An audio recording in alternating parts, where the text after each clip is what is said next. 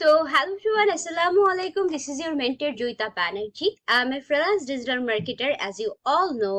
কিন্তু আজকের টপিক হচ্ছে আমরা ডেটা এন্ট্রি নিয়ে কথা বলবো। কিন্তু আজকের টপিক হচ্ছে সো অ্যাকচুয়ালি আমরা যারা ফ্রিল্যান্সিং সেক্টরে কাজ করি বা ফ্রিল্যান্সিং নিয়ে কাজ করি তাদের মধ্যে ডেটা এন্ট্রি টপিকটা হচ্ছে ওয়ান অফ দা কি বলে এটাকে হট সেলিং টপিক। এবং এটা কেন হট সেলিং? বিকজ এটা শিখতে আপনার অত সময় লাগে না, এবং যারা ডেটা এন্ট্রি শিখতে চায় তারা খুব সহজেই ডেটা এন্ট্রির অপশনটা গ্র্যাব করতে পারে। এখন দ্য ডিফারেন্স বিটুইন এটা যে যেহেতু আপনি সহজে গ্র্যাব করতে পারেন, এর জন্য আপনি কি করলে অ্যাকচুয়ালি বাকিদের থেকে বেটার একজন ডেটা এন্ট্রি অ্যানালাইসিস্ট হবেন।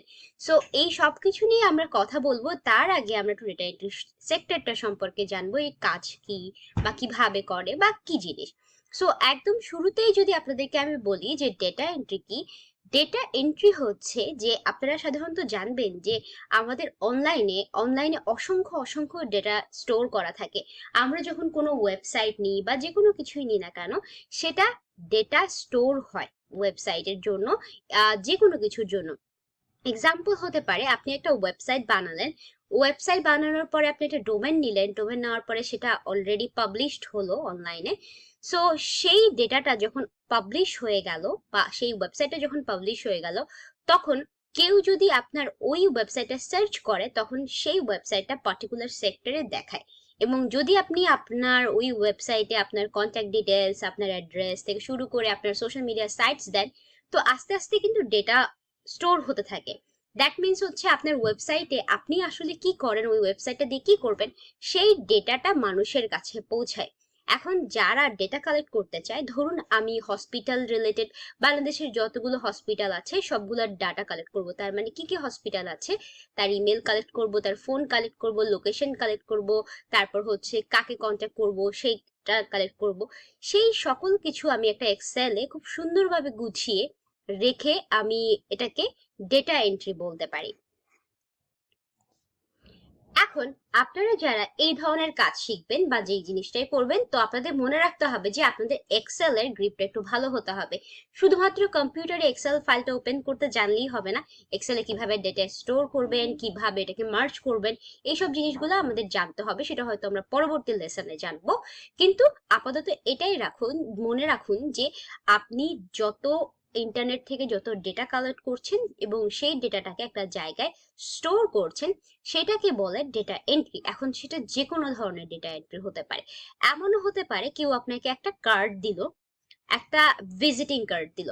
সো ভিজিটিং কার্ড থেকে আপনি অনেকগুলো ডাটা পান না, তার নাম পান, তার ইমেল পান, তার ফোন নাম্বার পান, সবকিছু এগুলো কিন্তু ওয়ান কাইন্ডস অফ ডেটা।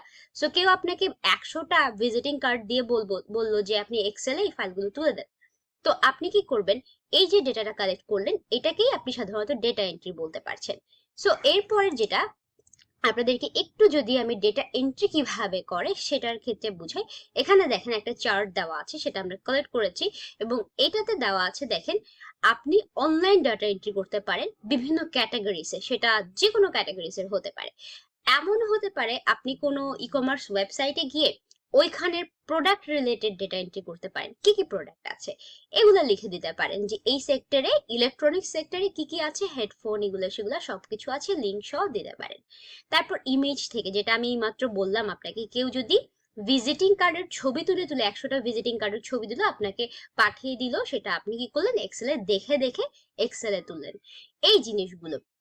তারপর অনলাইনে এমন হতে পারে যে কপি পেস্টিং এর জবগুলো, এইগুলো, এই যে কপি পেস্টিং করে যে বিভিন্ন জায়গা থেকে, ধরেন একটা মানুষ একটা ফাইল বানিয়ে রেখেছে, সেটা আপনাকে বলল যে তার এই ফাইলটা আরেকটা জায়গায় কপি পেস্ট করা লাগবে, বা আপনাকে বললো যে আমার কাছে এমএস ওয়ার্ডে অসংখ্য ডাটা রয়েছে যেগুলো আমার ওয়েবসাইট আছে ওটাতে সময় নেই আমার, ওই ওয়েবসাইটে গিয়ে আপনি কপি পেস্ট করে বসিয়ে দেন।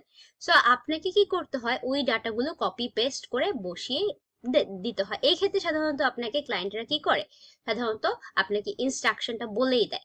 তারপর অনেক সময় থাকে না সার্ভে ফর্ম, আপনারা অনেকেই কিন্তু সার্ভে ফর্মে ফিল আপ করেছেন যে বিভিন্ন ধরনের সার্ভে হয়। সো অনেকেই কি করে, এই সার্ভে ফর্মের ডাটাও কালেক্ট করে। ধরুন আমার কোনো একটা বিষয় ফ্রিল্যান্সার্সদের নিয়ে একটা সার্ভে করা লাগবে। এখন ব্যাপার হচ্ছে আপনাকে বললো যে আমার এরকম 100টা ফ্রিল্যান্সার লাগবে যারা ডাটা এন্ট্রি সেক্টরে কাজ করে। আপনি একটা এক্সেল ফাইল নিবেন, হয়তো আপনি কোনো সাইটে যাবেন আপওয়ার্ক বা এরকম জায়গায় যে তাকে এই ডেটাগুলো কালেক্ট করে দিবেন। সো এইটা হচ্ছে একটা ওয়ে। আবার অনেকেই কি করে যে সার্ভে ফর্ম ক্রিয়েট করতে বলে আপনাকে, যে একটা সার্ভে ফর্ম ক্রিয়েট করে বিভিন্ন ফোরাম বা গ্রুপসে পোস্ট দেন, দেখেন কে কে ফিল আপ করে। তখন আপনি ওখান থেকে যে ডাটাটা পান ওইটা আপনার ক্লায়েন্টকে সাবমিট করতে পারেন। এরপরে দেখেন অনেকেই কিন্তু, আপনারা অনেক সময় অনেক জায়গায় শপিং করে থাকবেন, হয়তো আপনি স্বপ্নতে শপিং করেছেন কিংবা আগোরাতে করেছেন বা যে কোনো সুপার শপে শপিং করেছেন। অলওয়েজ দেখবেন যে ওরা না, যে ডাটাটা নেয় বা যেটা প্রোডাক্টটা সেল করে, ওটার পরে আপনাকে একটা রিসিট দেয়। তো ওই যে রিসিটটা দেয় আপনাকে, আপনি কখনো কি চিন্তা করেছেন যে এই যে ডাটাগুলো, ওদের সেলিং ডাটাগুলো, এগুলো ওদের একটা সার্ভারে স্টোর হতে থাকে, এটা একটা সফটওয়্যার দিয়ে করে। কিন্তু ডেটা এন্ট্রিটা তখনই ম্যানুয়ালি করা হয় যখন ম্যানুয়ালি দরকার হয়। এমনও হলো, আগে যেরকম ছিল, আমার বাবা কিন্তু সরকারি চাকরি করতো, যুব উন্নয়নে চাকরি করতো।